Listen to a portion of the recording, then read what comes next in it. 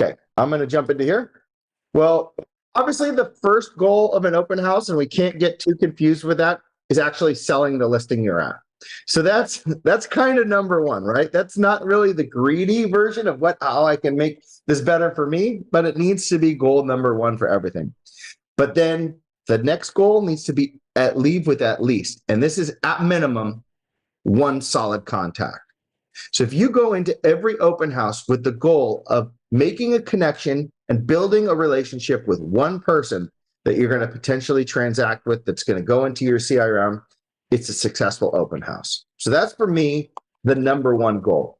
Get as many people's contact information as possible. That's what the CRM is for. Someone like Jen and Melissa, it's not uncommon for them to leave an open house with 5-6 people in their database added, right? So that's a huge win. But they're talented. They've done it before. They have the personality, the know-how. I don't think 5-6 is going to be everybody's initial goal right off the bat. But when you do an open house, try to get at least one and really hold yourself accountable to that and putting them in your CRM right away. What do you guys think some objections personally would be to actually going and getting those contacts at the open house for an agent? Sometimes they come in with their agent. Yeah. Okay. Well, those ones are kind of off the table, right? I'm not teaching you poaching business necessarily. If they don't come in with their agent, all the more power to you. But if they come in with their agent, you absolutely are not going to try to steal them. What are some other obstacles in connecting with buyers? Oh, I'm just looking right now. I'm not serious. I prefer not to give you my information. Okay, they're natural objections. That's a huge one. Anything else? Mm-hmm. All right. I mean, there's no right or wrong answers. For me, I think that there is, with a lot of agents, a fear of rejection, number one. So you'll come in and you'll want to play it safe, and you'll just default to like, oh, look at these beautiful countertops. Oh, you're going to leave. Bye-bye. And then, there's the fear of putting yourself out there, for going for the kill, for making the connection. It's a lot like dating, right? Sales is a lot like dating. And I always like to correlate it back to dating. You got to put yourself out there, and you cannot be afraid of rejection. And it's also a numbers game. And if 9 out of 10 people are going to say no to you, that just means you got to ask 10 people to get the yes. So the fear of rejection and going and actually making that your objective is to create the relationship and get their contact information is huge. Buyers with objections, as Jay Ash brought up, is a big one. Oh, I already have an agent. We're just looking, all that kind of stuff. But that's totally overcomable, right? We're able to work around objections and going to do a ton of role play with you around objection handling. So that's one. Another one I wanted to list on there is no one came to the open house. And that's a real reality sometimes. Sometimes you get open houses that no one shows up to. Give me some ideas on how you can get around that, guys. Marketing. Marketing is a huge one. What kind of marketing? Posting on your social medias, making video content of the home while you're there. That's a good Right. one. To go. Send it to your data, the people like in your database, the people who might be interested in the neighborhood, the clients. Yeah. How are some other ways to get people to your open houses? Signs. Did I hear signs? Clients. Yeah, signs. Signs is a great answer. Who is it? Jayesh, go for it. Sorry, Kevin. I just realized asking your friends and neighbors to send another friend or neighbor, like asking someone just to come show up and invite someone else to come by too. 100%. Melissa is famous for this, where she will make every one of her open houses into like, hey, come, this is my office hours. Come hang out with me. Even if it's my friend that I couldn't go to lunch with because I'm working this day, come on by, bring me a coffee. Let's just chat. She wants people there. Back to the signs. It's so lazy to just bring 2 signs, put one on each street corner and one in front of the house. Like, that's lazy. I don't know if any of you are fishermen or hunters or anything like that, but in fishing and hunting, there's active hunting where you go out into the field and look for it. And then there's baiting and thing too, where you could set up passive things that are bringing and trying to catch stuff, like setting up a trout line and it's just running, or setting up a net. I equate that to signs a ton, because if you can spread and cast a very wide net, drive and set up a chain of 5 different signs that are leading to a major hub intersection, you're going to be catching the eyes of hundreds, if not thousands of people that are driving by, and you have a way better chance of leading people in. So signage can be huge for the open houses. The social media aspect, putting it out there, put yourself out there, invite people to come see you. It personalizes it. So that's a huge one too. Another obstacle I have on here is too many people came. How many of you have been in a situation where you've been at a party or something and there's a lot of people trying to talk and you can't focus on who you're talking to? Is that something that rings true with anybody? I have massive ADD. If I get multiple things going on at once, I'm lost. So really kind of focusing it down and taking one person at a time. And to Kyle's point about a lot of things, don't go wide, but go deep. And focusing in on one individual person to harness that relationship can be a really key aspect of leaving with a bird in hand rather than 2 in the bush. What are some benefits of leads that come from open houses? People lower in the funnel. Yeah, that's a really good one. You've already met them in person. Yeah, So you can create that connection that you can if you're not in person. 100%. Okay. Well, I put on here credibility from the listing is number 1. So let's say you're a brand new agent, just got licensed, 0 transactions under your belt. You know, there's a little bit of nervousness there, like, oh, what have I done? I don't have the resume to do this. I can't go and say like, I'm the world's best realtor, because at this point, I haven't done anything to show it. I'll tell you what, if somebody shows up to a beautiful house and you're sitting there greeting them, they're going to associate you with that house. You are their expert. They're going to think that you are walking the walk, talking the talk, and are done there. So you immediately get credibility for being present at a listing. I also put on there local buyers and sellers often ready to transact. Xavier, to your point, they're lower in the funnel a lot of the time. A lot of the time they aren't either. Also, they're having interest in that particular location. And if you're holding it open, I would imagine it'd be an area that you're actually working. So you're finding people that are interested in the area that you are ready to transact. To Lonnie's point, your first meeting's out of the way. Your connection's made. You don't have to try to have that awkward phone call. Hey, nice to meet you. You clicked on Zillow. No, you've done that. You've made the connection. You've been there in person. And an opportunity to provide value. And I'm really going to tie back into the providing value stuff later. But providing value when meeting someone face to face is one of the strongest things you can do to secure them in as a client. So we're presenting a listing. Back on to showing the property, right? What are some things that you can do to present the listing to make sure that you're putting together a good presentation? Flyers. Flyers are great. Flyers are great. Home. Yeah. Mm. Is this flyer make a great open house? Is that all we need to show up as a flyer? Having prep, being in there early, like, turning on lights and stuff like that, and Waking up. Okay. Having like some cookies or something. I don't know. Okay. I love all those. Yeah, because a lazy agent to the average agent might just show up with flyers, but that's not going to get the job done. And we're not trying to be the average agent. Some things I put are be the best representation of the property you can be. Arriving 15 minutes early, meaning you're there for those early birds. I cannot express to you how frustrating it is if I get a call of an owner occupied property and another agent was holding my open and the open was supposed to start at 10 and I get a call at 10:05 saying, hey, the agent's not here yet. And it's like, oh, and the agent might say, I'm putting out signs. No, that's that time was for before the open house started. You need to be there and be present. Be there early, sign of professionalism, almost anything in life. If you are there early, it's a great first impression. Lights on and all the lights on is so important, guys. Highlight that house, make it look good. Setting up as many signs as you can is something that I really pointed out earlier. Knowing your facts about the property and knowing the comps in the area too.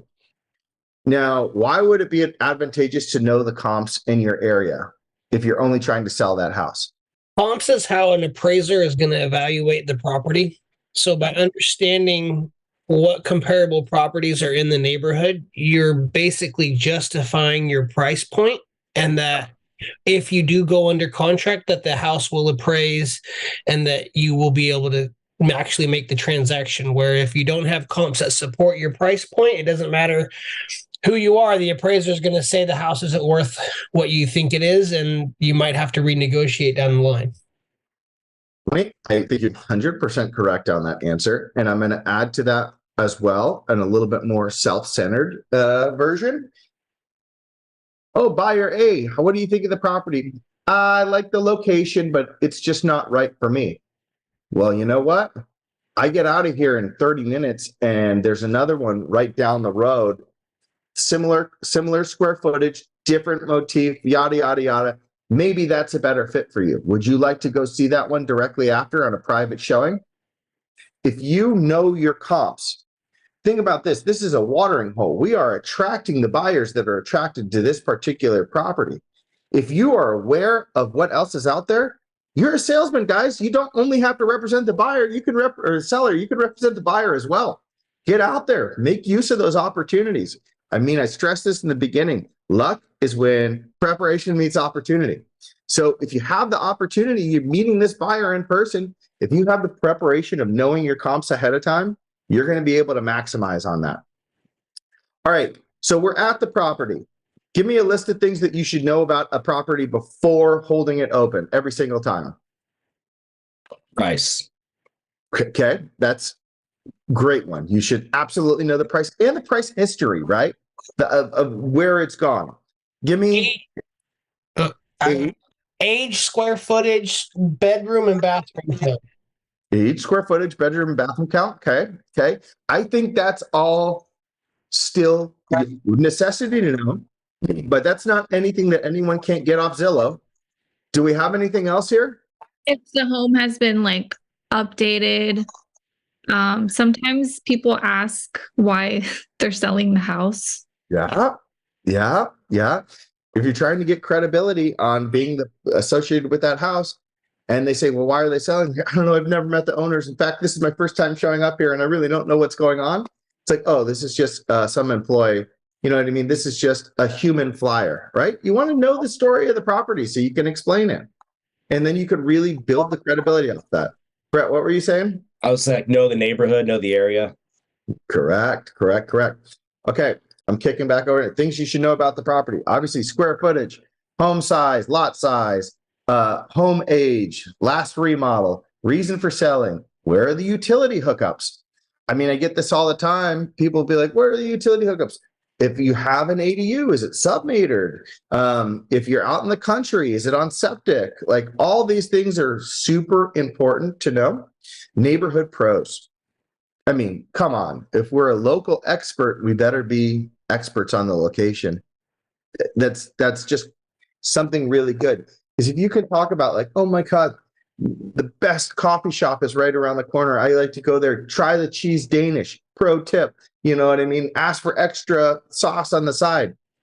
You've really brought the personality into it. You're demonstrating a little value. You're telling about what that living in that neighborhood and location might be like.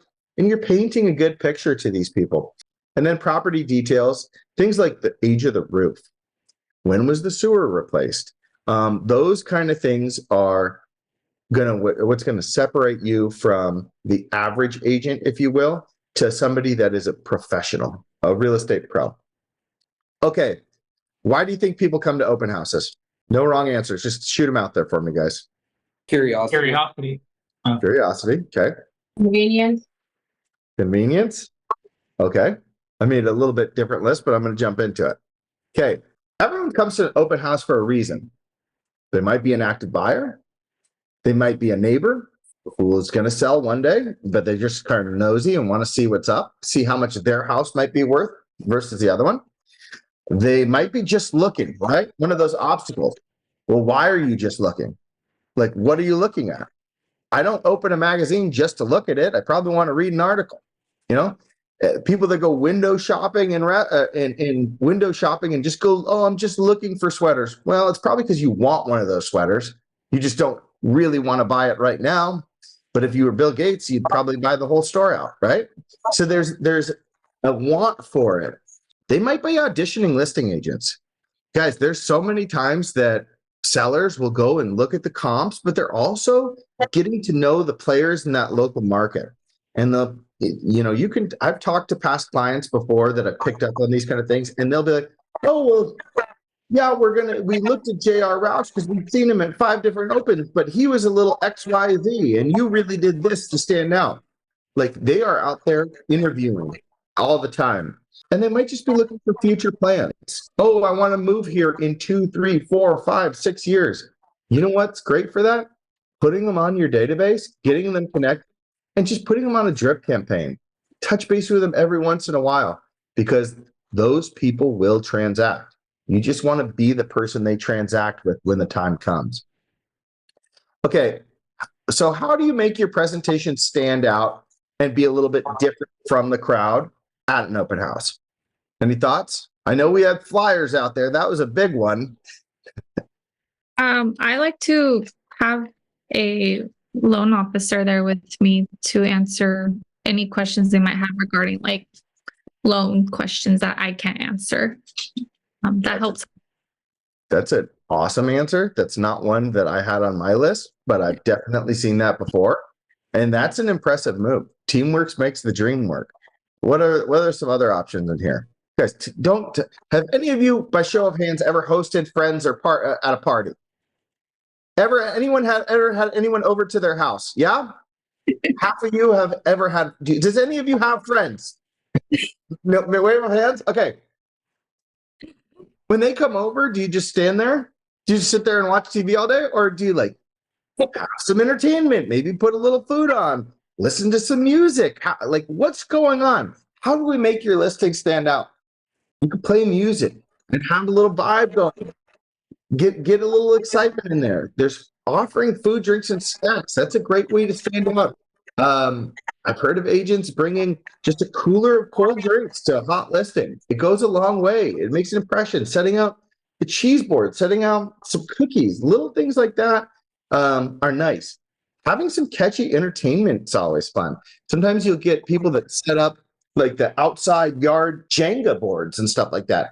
If you have kids coming to the open house and you've set up some sort of fun entertainment, and the kids can distract themselves with a game so the parents can actually focus on the house and you can talk to them, you're 10 steps ahead, because all of a sudden you're getting to connect with the decision makers and taking the obligation of dealing with children out of the equation. Sip and see. This is something that we like to do. I like to do for my nice listings. I'll hire a DJ. I'll hire a bartender or live music of some sort. Sometimes they're guitar players, DJs, whatever.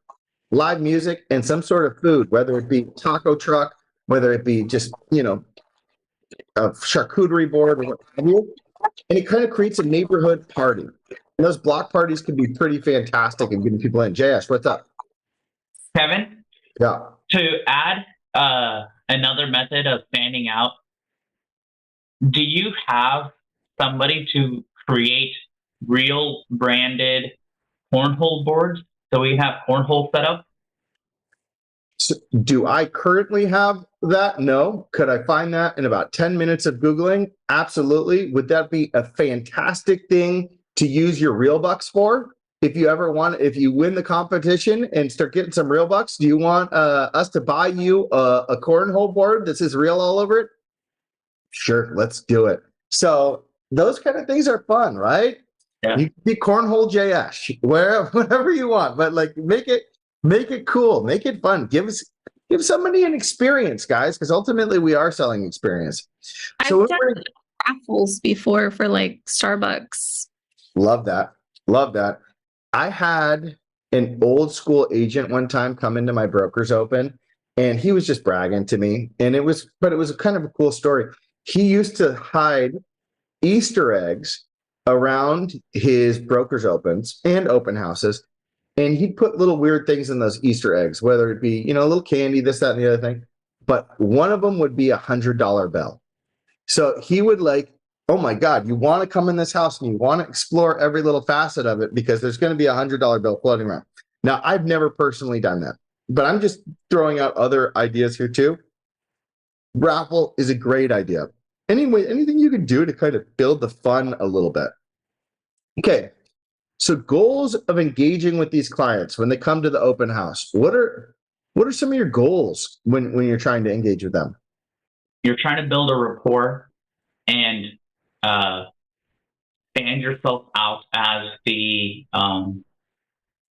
professional with the personal touch that would work for them. Okay, great answer. Think you're trying to sell your listing. Okay, that's another one. But I mean, goals with engaging with the clients, because this is more about engaging with them and having them, you represent them. What are some of the goals here? Build some trust. Yeah. Oh, okay. I'm going to go to mine. The goals, engaging with people, obviously, gathering information and asking questions. Oh, you're moving to the area. What makes it? What part of the area do you like? Have you seen all the different ones? What's drawing you? What are your pros? What are your cons? What are your needs? What are your wants? Oh, you have kids. How many bedrooms do you need? Oh, you have dogs. How big of a yard do you need? Do you want to be close to shopping or do you want to be remote? Do you want to be this? Do you want to be that? Figure out the why and figure out the what they're looking for. If you ask one question, like you're going down a sheet and then move to the next question, you're doing a bad job. I'm just going to tell you that right now. Ask a question and try to go deeper. Ask a follow-up question on that. And if you can, ask a follow-up question on that. Go deeper and get that information and really reiterate back to them, because no one's really going to give you the full picture after one. Well, what are you looking for? 3-bedroom. Check. Why the 3-bedroom? What's the reason behind it? What is that ideally what you think you want, or is that what you think you can afford? Like, that's what we're going for. Offering value is something we're going to tie back into, but I'm big on offering value at every given opportunity, and getting the contact information is ultimately the goal here, guys, because we want to transact with people. And if they leave and you don't know how to get a hold of them in the future, it's a loss. I can't tell you how many times early in my career I would hand out my card to people and hope they'd come back to me, and it very rarely did. I stopped carrying business cards, period. I have a hard rule against carrying business cards now for myself personally, because I feel like that's a coupon to throw away my information and never talk to me again. A business card is worthless in my mind. I want their information. So, oh, do you have something? Yeah, I have a digital customized website for the property. If you give me your email, I'll send it to you. And if they'll give you your email when you're writing it down, so remind me your full name, first and last, boom, boom, boom. And then, by the way, Catherine, what is the best cell phone number to reach you? Boom. A, B, C, and D have everything locked in, and I have a mental notes of everything they wanted. You need to get that contact information, because that's how you're going to turn them into your client. What are some key steps in engaging with clients? Maybe that's kind of a broad question and it doesn't make sense, but try to answer it to the best of your ability. Okay, I'm just going to jump forward. Like make eye contact or greet them? Or that's a good one. That's a good one. Engaging with people. Greet everybody. Greet everybody when you're walking through the door. If I'm talking to one person and really going deep with them and another person walks in, I'm going to briefly say, hold on a second.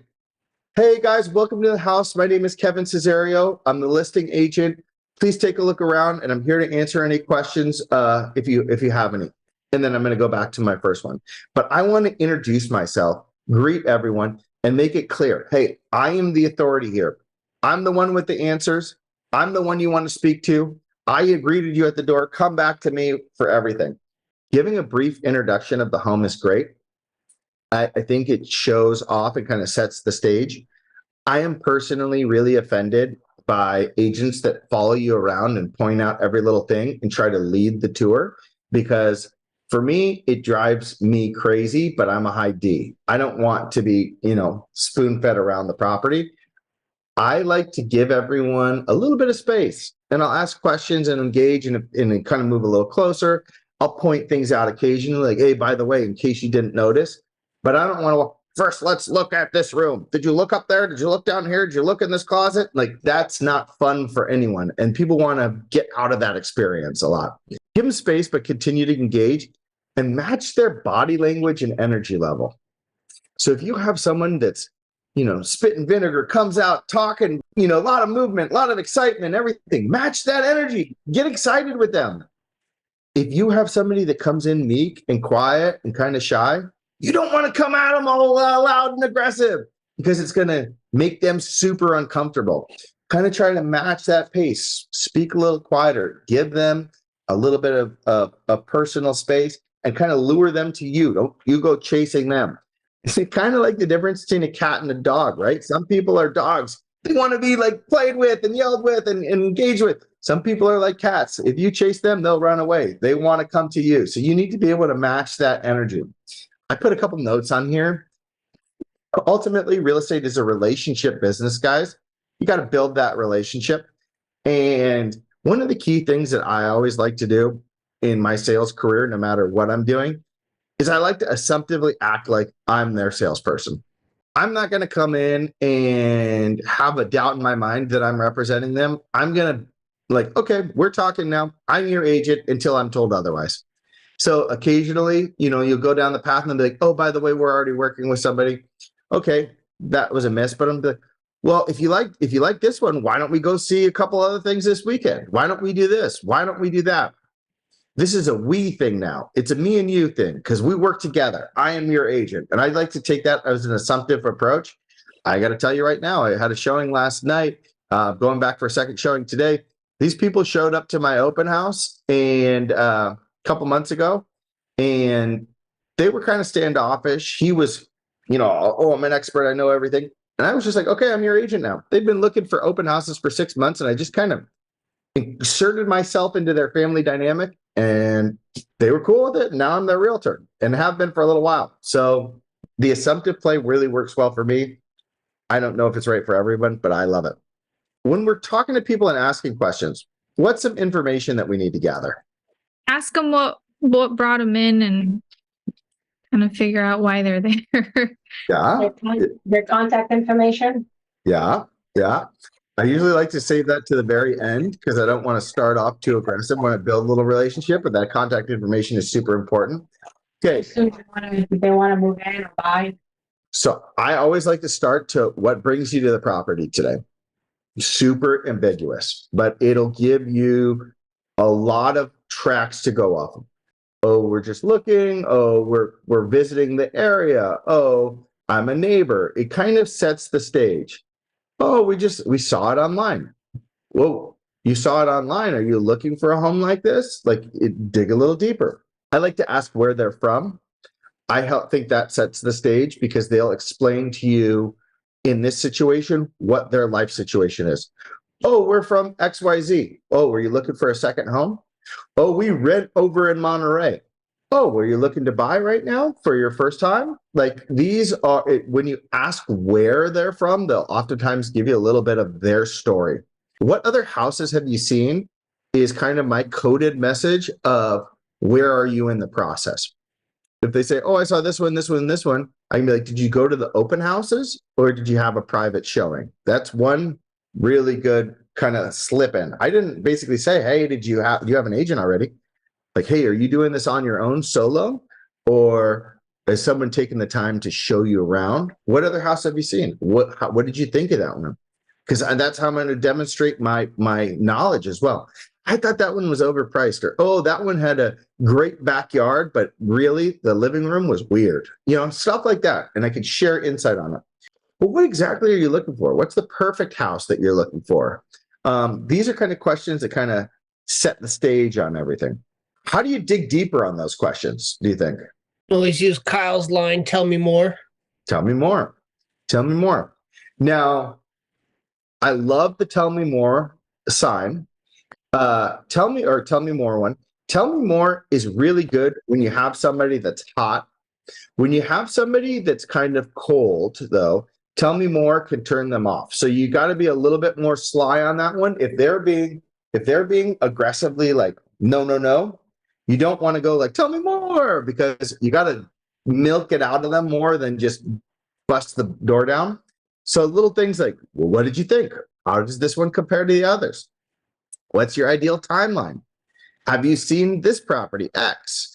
Have you considered X neighborhood? That kind of thing. Like, just still creating conversation, but it's a good way to feel them out and dig a little bit deeper. Tell me more is great.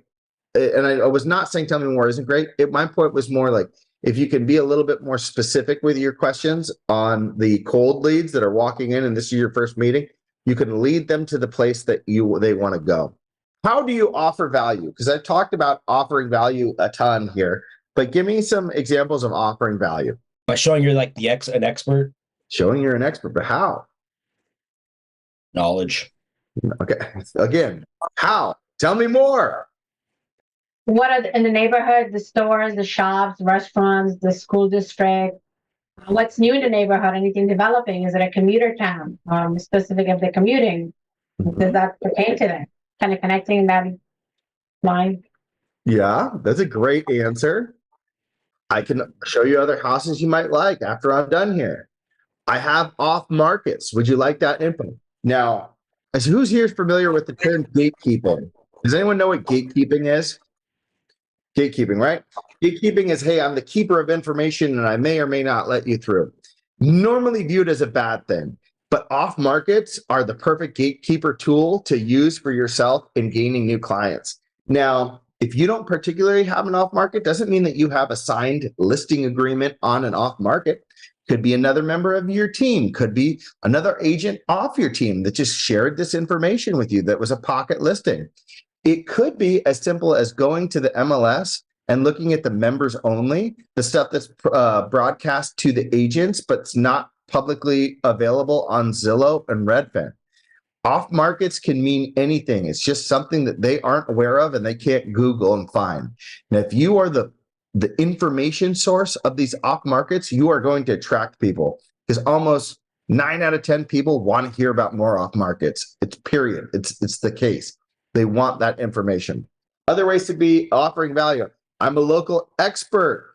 I can help you with the local issues this market faces. Olympia was the real kind of nailed this one on the head. I know everything about this community and I know all the ins and outs on what it's like to live here. Let me tell you about this local XYZ. In Monterey, we have this weird thing called water credits, right? Where you can't just go add a bedroom and a bathroom around here. It's no anywhere else in the world that has water credits, but we have them here. So people that come here don't know what the heck they're talking about. I like to explain that to them because all of a sudden I'm a local expert. Another thing, let me connect you with an awesome lender. Connecting people with a lender is a source of information. This is somebody I tried, true, and trusted. And they can help you close this gig no matter what your situation is, whether you're talking about an FHA or talking about a jumbo loan or what have you. That's another way to provide value. Kevin, at an open house with when I have my laptop up, and a potential seller is the person that I've built some sort of relationship with, I'll offer them value of doing a comps on their property on the spot and emailing it to them. I love that. That's a great one, Jayesh. Like anything you could do to really show you're an expert and prove value, it should be a real function. We're not only taking, we're giving as well. Okay, going for the close. What are some of the best ways to get that contact information? Asking. Okay. Asking. Please sign in.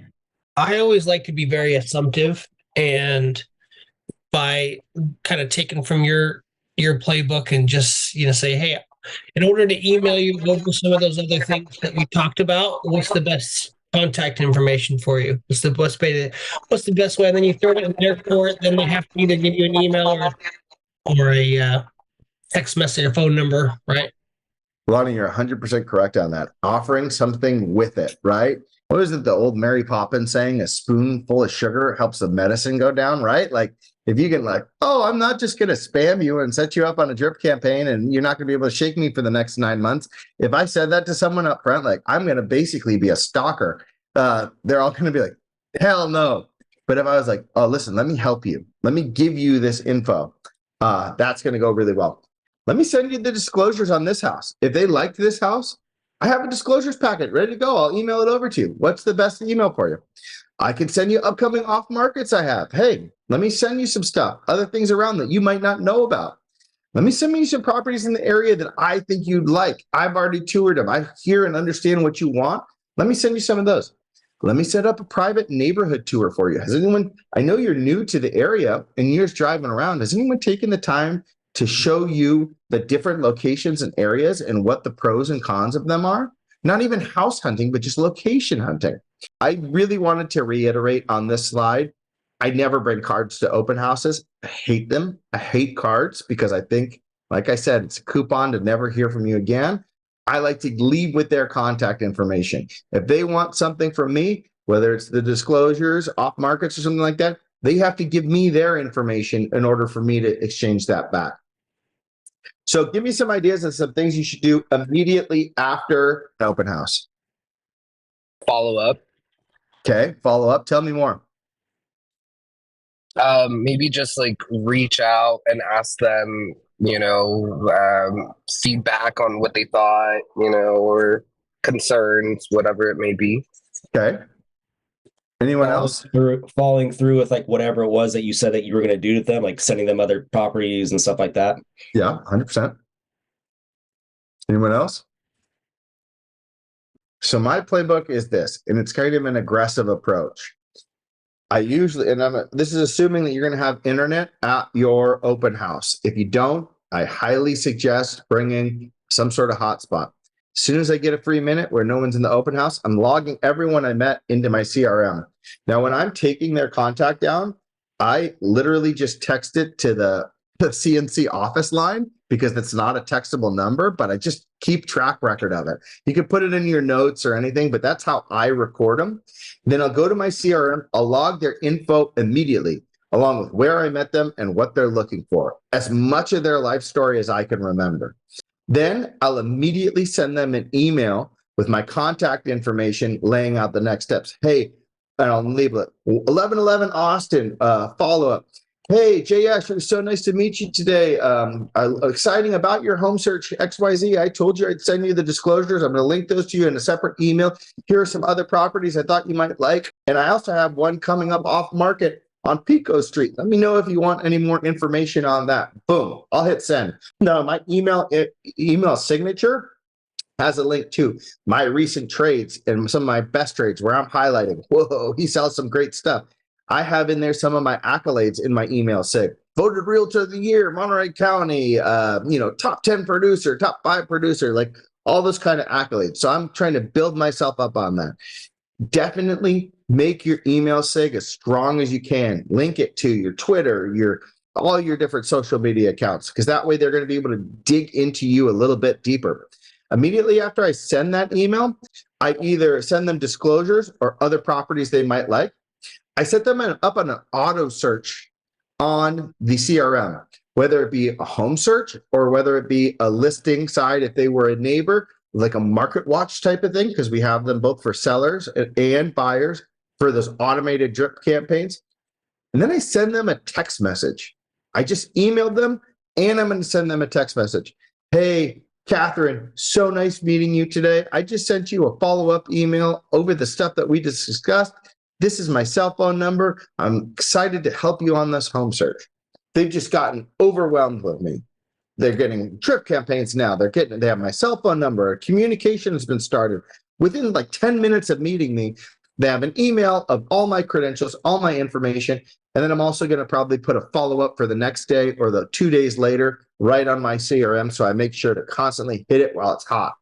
So I go in all in on these people. Talk about going deeper. Like I want to open up every communication channel I can with these people as quickly as I can to lock them in. So when they go to the next house, I've already demonstrated value.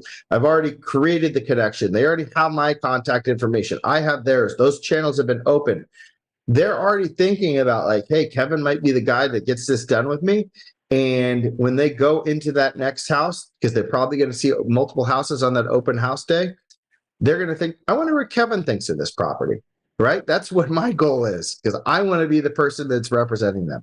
Guys, boot camp, finish week 1 strong. I got to tell you, it's only going to make you better. I know it's long. I know it's a lot of zooming, but it's going to make you better. I'll talk to you guys soon. One thing I want to add to Kevin's presentation, which was awesome, and I see it happen all the time. When you walk into an open house and the listing agent has the phone in the hand when they're talking to you, right? So don't hold this in your hand when you're talking to a prospective buyer or potential listing that walks into the house, because when you have this in your hand and you're speaking to them, you're basically saying that this is actually more important to you than to establishing a trusted relationship with that potential client in front of you. So everything that Kevin presented is really, really good information. But if you're conveying that while you're holding this in your hand, it's not going to resonate with the person standing in front of you.